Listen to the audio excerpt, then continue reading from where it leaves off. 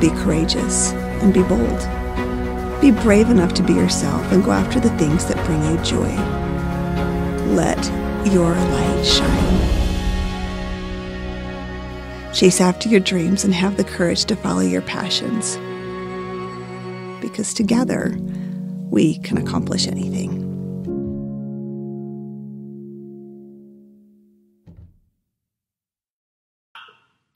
Hi everyone, my name is Dina Alexander and I'm the founder and CEO of Educate and Empower Kids. And today we are going to be talking about one of my favorite topics, educating kids about healthy sexual intimacy. And so we at Educate and Empower Kids cover this and a lot of other topics dealing with parenting in the digital age. If you want to connect with us, you can email us, tweet us, message us on Facebook, and of course you can message us on Instagram as well. We are super excited because in April, we have a new book coming out called Conversations with My Kids, and it has 30 discussions that are built just for families today. Discussions that our parents, fortunately never had to cover with us, but that we have got to talk to our kids about. So again, that's coming out in April. And so let's get down to it. So talking to our kids about sexual intimacy. Now, this is something that I know a lot of parents have a lot of trepidation, a lot of fear in doing this. As I talk to my kids, I have often thought over the years, what is the big picture? What do I want for my kids when they leave the house? Now, I have a daughter who recently turned 18 and is going to be going to college soon. So this is something that has weighed heavy on my mind in the last year as I've had my last year with my daughter. What do I want for her before she leaves the house? Now, luckily, I have had many conversations about intimacy and sexual intimacy with her since she was very young. But if you haven't, it's never too late to start, but it's also never too early to begin. But we should begin with a goal in mind. We should be thinking about, what do I want for my adult child when they get to be old enough to get married, to have relationships, to date? What are the things that I want them to know about sex, about relationships, about pornography, about all of these different topics that are related to sex? And I find that it's also really important for us as parents to analyze, what is it that we are fearful of? What are the things that are driving us or keeping us from talking to our kids about sex? And I notice that when I talk one-on-one with parents about what it is that's keeping them, once we get down to it, it's usually just one or two topics that keep them from speaking up. A lot of us have had sexual abuse in our past, we've had bad relationships, etc. And so those are things that we need to address in our own lives to prepare us to talk. Now, talking about sexual intimacy is not just something that is one and done, right? It's several different conversations. And it is part of being a deliberate parent, not just a defensive parent who waits until their kids have been exposed to pornography or waits until their kids asks them all kinds of questions that you're not prepared for because they heard the word oral sex or blowjob or anal sex at school and now they're coming to you. Hopefully you have begun these conversations from a young age. But if you haven't, that's okay. We still got your back. So now, what does it mean to be a deliberate parent? You know, we hear this term a lot. For me, it means that it's somebody who recognizes that they are a parent, not just a buddy to their kids, but that they are the mom, they are the dad, that they are a protector and a gatekeeper, that it's not just my job to be loved and likable from my kids, but that it's my job to look out for them, to prepare them, and to empower them with knowledge. So when I have these discussions, again, a lot of parents are afraid that their kids are going to get more curious or that they're going to steal their innocence somehow. That's not what this is about. This is about empowering your child with knowledge so that they know what to do in various situations in their life. So another thing that I love about what I have noticed from really great deliberate parents in my life is that they are very optimistic, but they're also assertive. Even though we are surrounded by a lot of dangers in our lives, right? There's a lot of online dangers. There's a lot of things out there that we could be scared and worried about. These parents are optimistic. They see that they have power and that they have control in their lives and that they have the opportunity to speak up and to give their kids values and knowledge. and also rules and expectations. So I have this quote I want to read to you that I love from Winston Churchill, because to me it is so applicable to parenting in the digital age. This is during World War II. He said, "It's not enough that we do our best. Sometimes we have to do what's required." So what do I mean by this? I mean that there's a lot of challenges in the digital age. So let's talk first a little bit about the world our kids are living in. So they are definitely being shaped by the smartphone. This is a tool that has changed our lives, that has changed the way we interact with our spouses, with our partners, with our friends, with our kids. It changes the way we do business. It changes the way we interact with everybody around us. This is such a powerful, powerful tool, and most of us are giving them to our kids at way too young of an age. Now, social media has also become a huge factor. I'm sure you have read the stories about the disconnect, the bullying, the isolation, the loneliness, the depression that is hitting all of our kids. It is so rampant, and I really believe that social media is a big factor in this and is a big problem. We need to put off social media as long as possible for our kids. Now, I do believe that social media use, that they should get an account before they leave your home, but that should be as late as possible.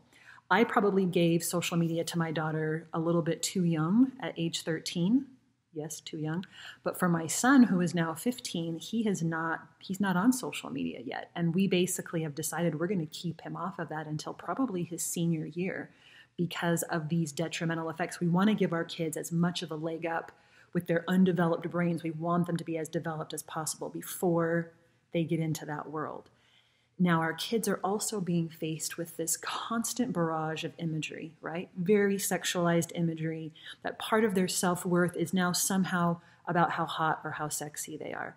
Now, when I'm talking about these things because we have a different context, right? So what our parents were faced with when talking about sex was very different.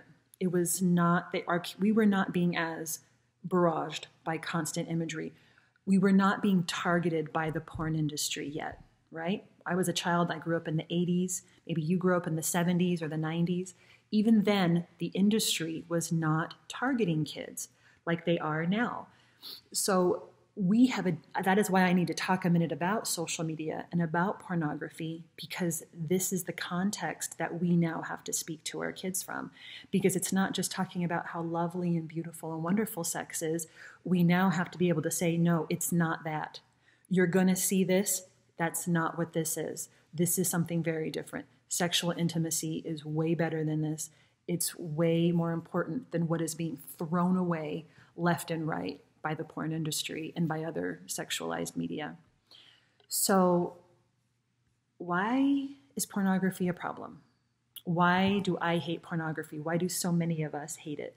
Now, a lot of people focus on the addiction piece, and I agree that it can be addictive, and that is something that we need to be very concerned about. But I am more concerned about the misogyny, the hateful nature of pornography when it comes to men and women, the constant portrayal of a dominant and a submissive person in sexual acts, right? Where the person in submissive positioning is almost always a woman. So what does that mean about us as a culture? And what does that mean about the sexual education of our kids who are getting a lot of their sex ed from porn, that they are getting off, and that our culture is getting off on seeing a woman in a position of powerlessness over and over again? What does that mean about all of our kids, every future lawyer, doctor, policeman, legislator, judge is learning about sex from pornography? So I know it has me worried, and it's something that you should be thinking about in talking to your kids about how what is portrayed in pornography is fake, right? It's narcissistic. It always is about my own pleasure. It's never about my partner. There's no intimacy of hugging and cuddling and kissing. If it happens, it's for a split second. Now, we are seeing an increase in girls looking at pornography, and we are seeing a lot of genres being created for young women. But what we are seeing is that it still is just as horrific. It's still just as misogynistic. What they do, though, is they put in a tiny bit more storyline and maybe a few more kisses, right? Because we know that's what's going to draw women in. That was the same thing. That was the same thing that was used in the 50 Shades of Grey movie, just a little tiny bit of romance, and then it excused all the violence and abusive behavior. It's the same thing with this. Now, the last part that I want to talk about pornography is how, again, because the porn industry uses the same algorithms that Google and Facebook use, they are putting in front of kids what is being paid for on the paid sites, right? So whatever genres or whatever type of videos are being sold on the paid sites, those are the ones that they are trying to make available on the free sites, like Pornhub, which is where a lot of our kids are going to see pornography. So what happens here, the people who are paying for porn are typically adult men who have been watching for a long time, and they're not satisfied with the free porn. So they're going for more extreme, sometimes more violent pornography.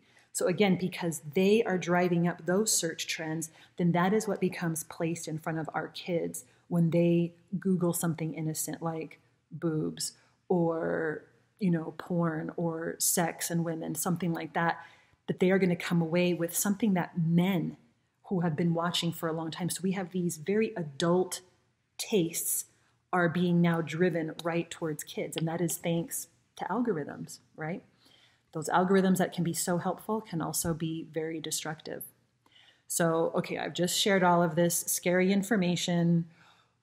Now it's time to talk about, well, what can we do about it? What I like to say is that it's not just the talk as it is, it's a bunch of chats, right? This is an opportunity for us to talk about sex in a very positive way. Now, with younger kids, we often wonder, okay, what are we supposed to talk to younger kids about? I've been to homeschool conferences where some of the parents, well, and even at regular conferences where parents are like, my kids are 4, I'm not going to talk to them about anything. And this is always funny to me because, our sex talks books, so we have sex talks books for age 3 to 7, 8 to 11, and 12 plus. And our 3 to 7 book is nearly all protective information, right? It's very basic. But our kids need to know, even at a very young age, what their anatomy is, how it works, that what their anus is for, what their vagina is for. They need to know the proper names, of course. They also need to know what's okay to touch and what's not okay to touch, right? And in that conversation needs to be a discussion of who we trust. Now, 90% of sexual abuse happens from people we know. So in talking to our kids about who we trust, that list should be very short, right? When we are a family that we move a lot. So we have typically only had 1 or 2 families wherever we've lived that we trust, that I would trust with my kids' lives. Let your kids know where it's okay to touch and where it's not okay, that we do not get, that nobody should touch us, that in any part of our body that's covered by a bathing suit, etc. Okay? And remember, again, even this one conversation is not something that we're just going to do once. We're going to do this repeatedly. We're going to talk to our kids about what they can do if they are in a situation that makes them uncomfortable, whether that's online or in person. Who can they talk to? Is there a code word that they can say if they're on the phone with us? Give your kids options and have an ongoing discussion about what is okay, what is good touch, what is bad touch. Another important thing that we need to focus on is just basic respect. I think we forget that even talking about self-respect and respect for others is part of the sex talk, particularly in the face of pornography, right? Because there's no respect or mutual respect, at least, in pornography.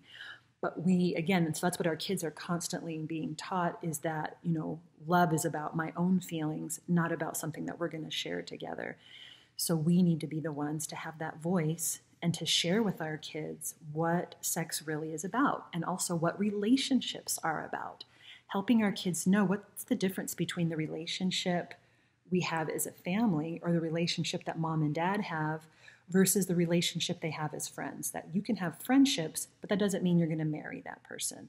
Or that you can love your brother, but you're not going to marry them. That there's different types of love, and that they all require respect, and that you cannot have true intimacy without mutual respect. So again, these are great topics to just have with young kids, even preschool age kids, about what is appropriate behavior, whether that's I'm going to share my toys, but I'm not going to share my body. I'm going, that respect involves speaking kindly, not yelling at other people, not hitting, not allowing other people to hit us. Again, these are simple conversations, but these are the building blocks for larger discussions. We, of course, are also going to talk to our kids about gender, about what it means to be a girl, what it means to be a boy, and what are the differences, what are the similarities. Now, I don't have time to talk about pornography very much in this, but I'm just going to throw this slide up there for you that our kids need a plan. They need to know what to do when they have seen pornography, how to get away from it. That's a discussion you need to have. If you need more information on that, come to our website. We have tons of videos and lessons and articles about that. Now, what are we going to talk to older kids about when it comes to sexual intimacy? I find that a lot of parents feel like they're done after around 8, 9, and 10, that they've talked about the mechanics of sex. They have talked about some protective information, but they haven't talked about the fun topics, right? They haven't talked about that sex is really healthy, that it's an amazing thing, that it feels wonderful, and that it feels even better when it's in a committed relationship, right? So these are things that we need to remember to talk about. What are the positive parts of sex? What are the negative parts of sex? And those negative parts might be when sex happens under the influence. What happens if we have unprotected sex? These are basic things our kids need to know how to protect themselves against disease and against predators. Now, something that when it comes to predators that it's typically we focus on just adult predators. What we are seeing more and more, and I believe this is again related to pornography, is a lot of peer-on-peer abuse, sexual harassment, demanding or requesting nude photos, which is sexual harassment and bullying, but also this acting out on peers, pushing things too far. And again, these are things that they are seeing in pornography, but also they're learning to groom through pornography. I did a video a few months ago about predators, which you can find on YouTube, and I had my 15-year-old son edit the video. And he said to me, Mom, there's a kid at my school and in my class, and he gets nude photos from girls. I was talking to him about it. And everything he said about it was everything you had in that video about how predators groom kids. He was like, that was the same thing, that he would pay compliments. He would make them feel special. He would create this special relationship with these girls in order to get them to send nude photos. So even at that young age, we have middle schoolers and teenagers learning to prey on other kids. This is something our kids need to be aware of. This is also an important discussion that we can have. So what else do we talk to our kids about? I think it's important to focus on the basics. If you haven't already, puberty, healthy body image, not just for our girls, but for our boys too. They are being affected a lot by, the media and these different images that they think they have to live up to. Now, a lot of parents don't want to talk about masturbation, but it's very important to talk about it. Use your values. If you think masturbation is healthy, it's no big deal. Let your kids know that. If you have some rules and boundaries, hey, keep it in your room, do that in the shower. Let your kids know that. If you don't believe in masturbation, if you think it's unhealthy, let your kids know and why. Back up what you say, okay? Don't just make them feel ashamed of it. Really focus on talking about it in a calm, nonchalant manner so that they know this is not the end of the world, but it's something that's probably going to happen, but what you expect. If you don't like that, let them know. So, relationship advice. Now, this is part of sex talks. Letting our kids know this is probably the most important part of these sex talks throughout our kids' lifetimes. Reiterating to them what it means to have self-worth, what it takes to have self-worth and how to keep that, but also how to help other people improve their self-worth, how to have healthy relationships. We should be modeling that, but we should be having a discussion about healthy relationships. What does that mean to have a healthy relationship? Asking our kids, what do you want in a marriage partner someday? What do you think makes a good dad or a good mom?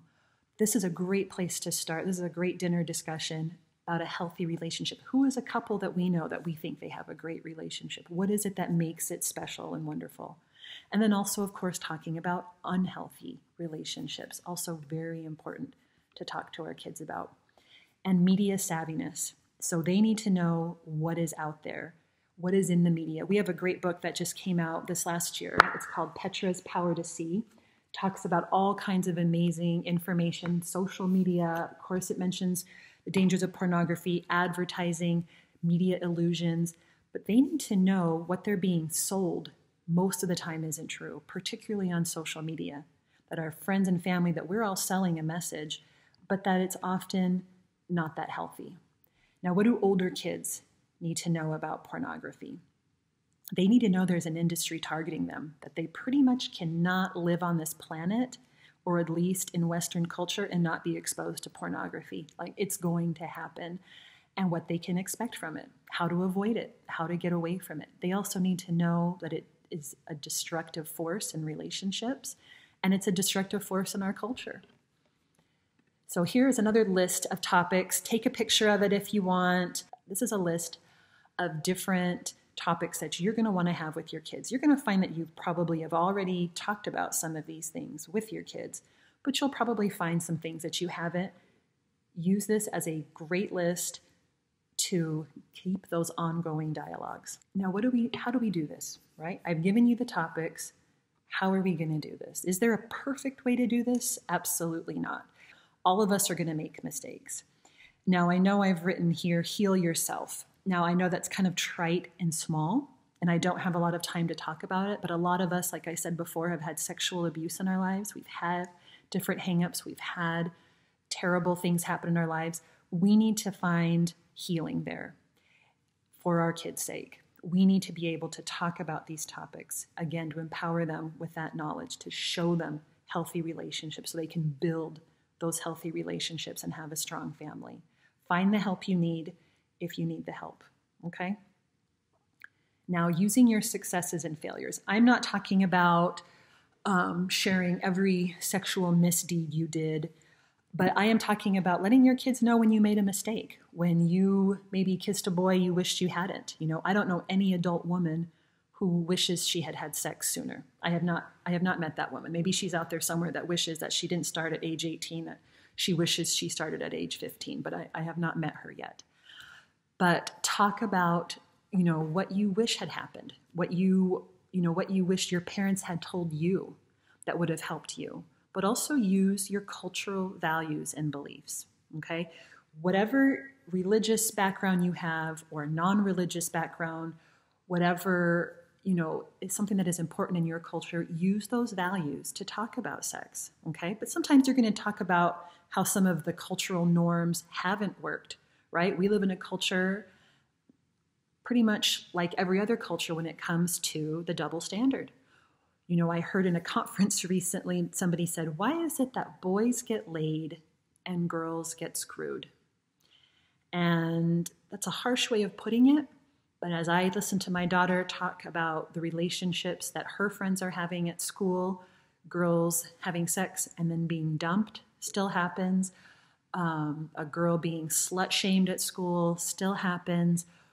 What does that mean for the girl? What does that mean for the boy?